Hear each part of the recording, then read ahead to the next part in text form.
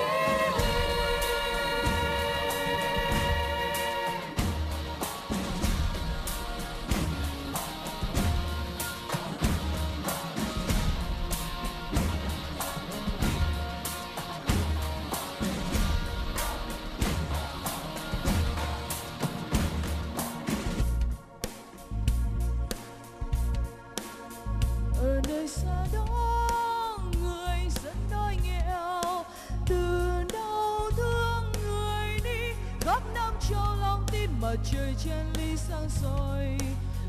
chiều sáng dân mình Hồ Chí Minh Hồ Chí Minh vượt trùng sóng người đi khắp phương trời luyện tôi ý chí lòng nuôi cảm ơn Hồ Chí Minh người đi khắp năm cho lòng tin mà trời chen ly sang soi chiều sáng dân mình Hồ Chí Minh Hồ Chí Minh Hồ Chí Minh Hồ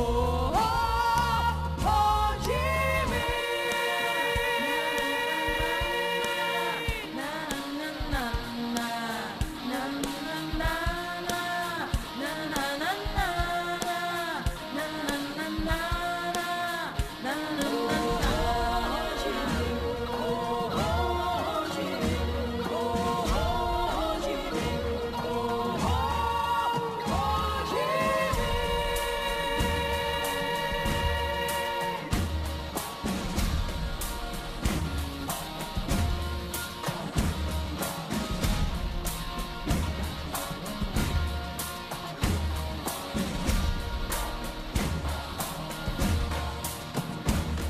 Biển đông xa tăm nơi chân trời ở nơi xa đó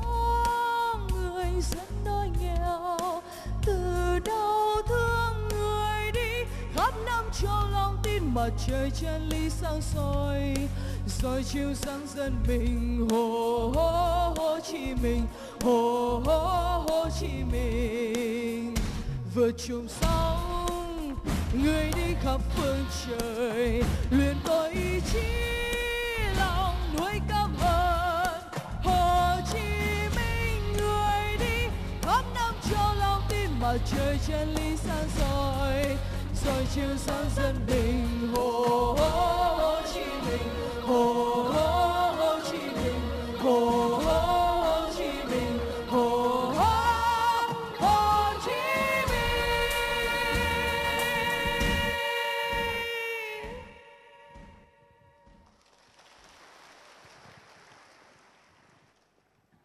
เจ้าและที่ผ่านไปนั่นก็คือ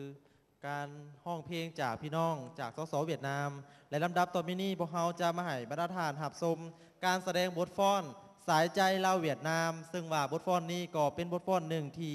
แสดงให้เห็นถึงความสามัคคีของพี่น้องลาวเวียดของพวกเขา Vâng, tiếp theo quý vị đại biểu sẽ được thưởng thức với bài múa tấm lòng Lào Việt. Chủ tịch Cây Sòn Phom Vi Hàn của ta đã khẳng định là núi có thể mòn, sông có thể cằn, sông tình nghĩa Lào Việt Nam sẽ mãi mãi vững bền hơn núi hơn sông. Đây là câu của Chủ tịch Cây Sòn Phom Vi Hàn của mình đã khẳng định. Chào, xin mời tiếp theo, xin mời quý vị đại biểu cùng thưởng thức với bài múa Tấm lòng Việt Lào do Trung tâm Văn hóa Thiếu nhi và Sở Thông tin Văn hóa Du lịch trình bày. Xin mời quý vị đại biểu cùng thưởng thức.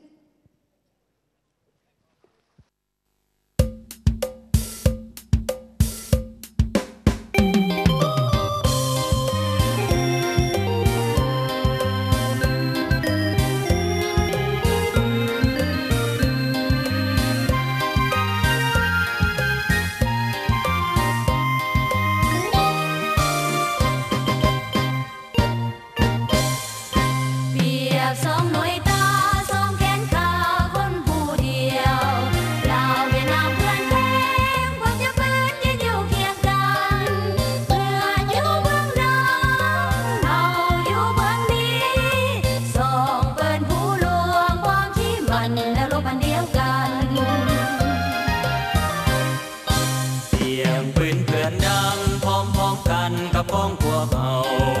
สองสัตว์เหล่าเวียดนามความทับสูญศัตรูตัวเดียวเสียงเพื่อนไซโยเสียงเอาไซโยดังแววถึงกันโฟสานันพวกเราสลองใสดังแววถึงกันโฟสานันพวกเราสลองใส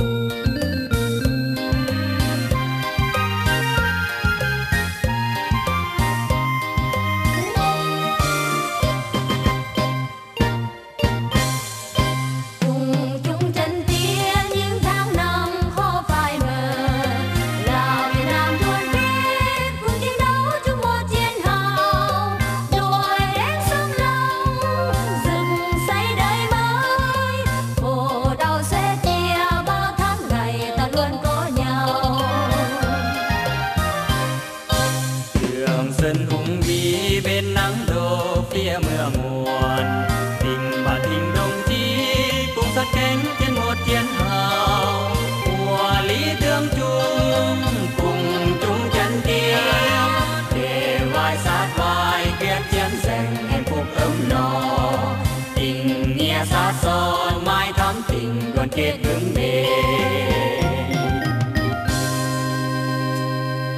ôi đẹp thế như sắc màu hoa champa Việt Lào anh em tình nghĩa sâu như kiều lòng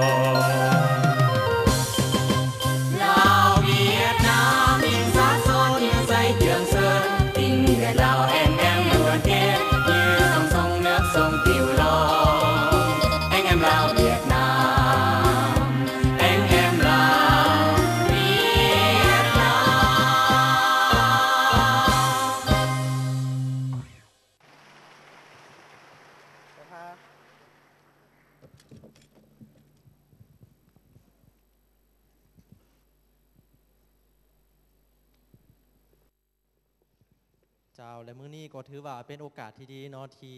ทางพี่น้องสสเวียดนามของพวกเฮาก็ได้เอาการแสดงบทขับร้องมาใน2บทเพลงเจ้าลำดับต่อไปนี้พวกเฮาจะมาสับเปลี่ยนบรรยากาศอีกครั้งหนึ่งแจ้ทุกทานมาหับชมและหับฟังการขับร้องเพลงน้ำใจแม่ธรณีห้องโดยนางฐานหาย Vâng, sáng hôm nay rất là may bởi vì ca sĩ từ nước Cộng hòa Xã hội Chủ nghĩa Việt Nam đã sang biểu diễn 2 ca khúc cho chúng ta đã được nghe. Và hôm nay xin mời quý vị đại biểu cùng thưởng thức với ca khúc Tình Đất do ca sĩ Thanh Hải trình bày. Xin mời quý vị đại biểu cùng thưởng thức, xin mời.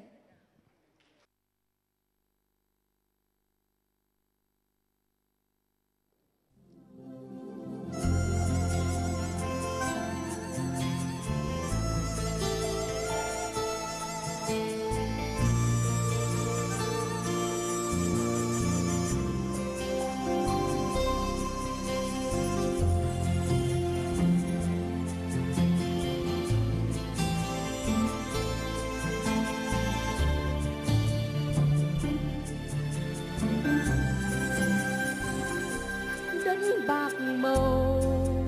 và vai áo em bạc thêm nắng nghiêng trên đồng xa xa lối nhỏ ai về đất cùng ta trải bao nắng bao ngày mưa đất ôm tròn kiếp người mảnh đất quê hương ta.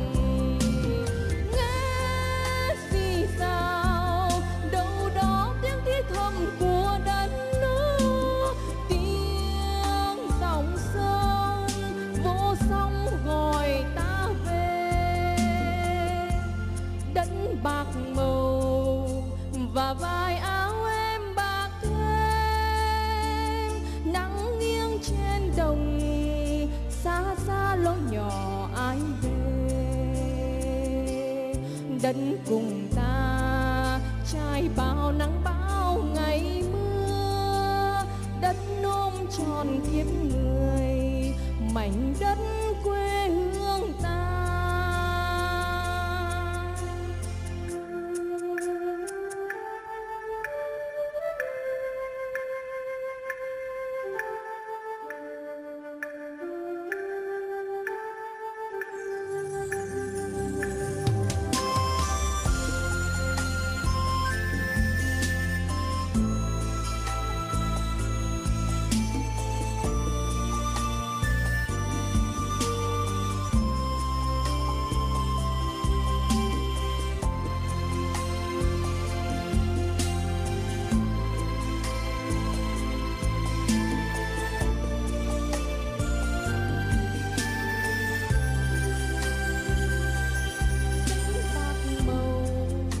Và vai áo em bạc thêm, nắng nghiêng trên đồng, xa xa lối nhỏ ai về. Đất cùng ta trải bao nắng bão ngày mưa, đất ôm tròn kiếp người mảnh đất quê hương ta.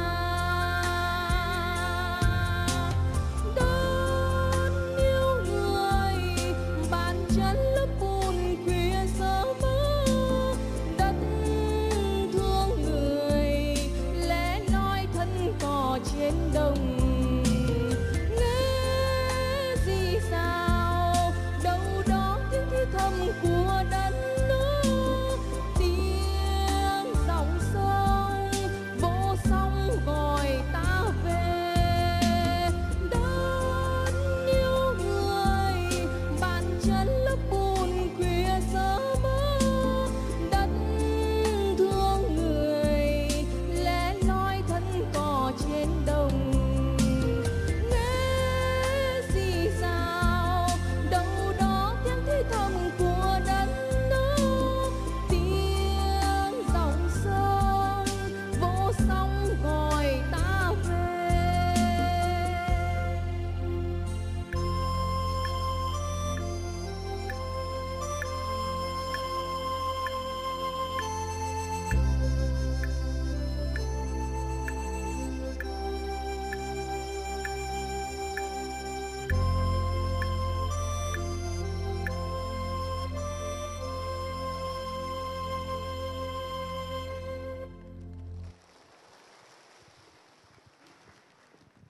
เจ้าและนั่นก็คือการขับห้องเพลงน้ำใจแม่ธรณีจากนางทันหาย และลำดับต่อไปนี้พวกเขาจะประทาน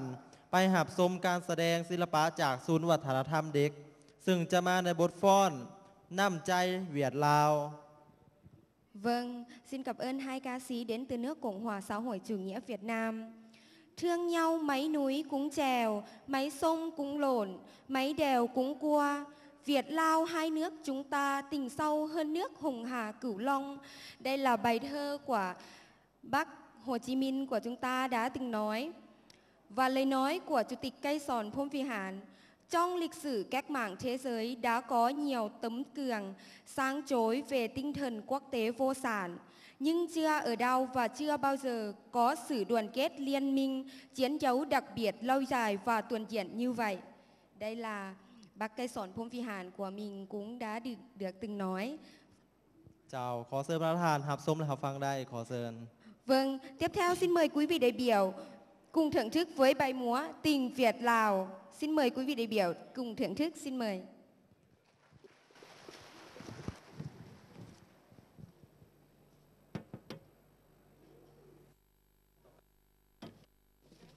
Oh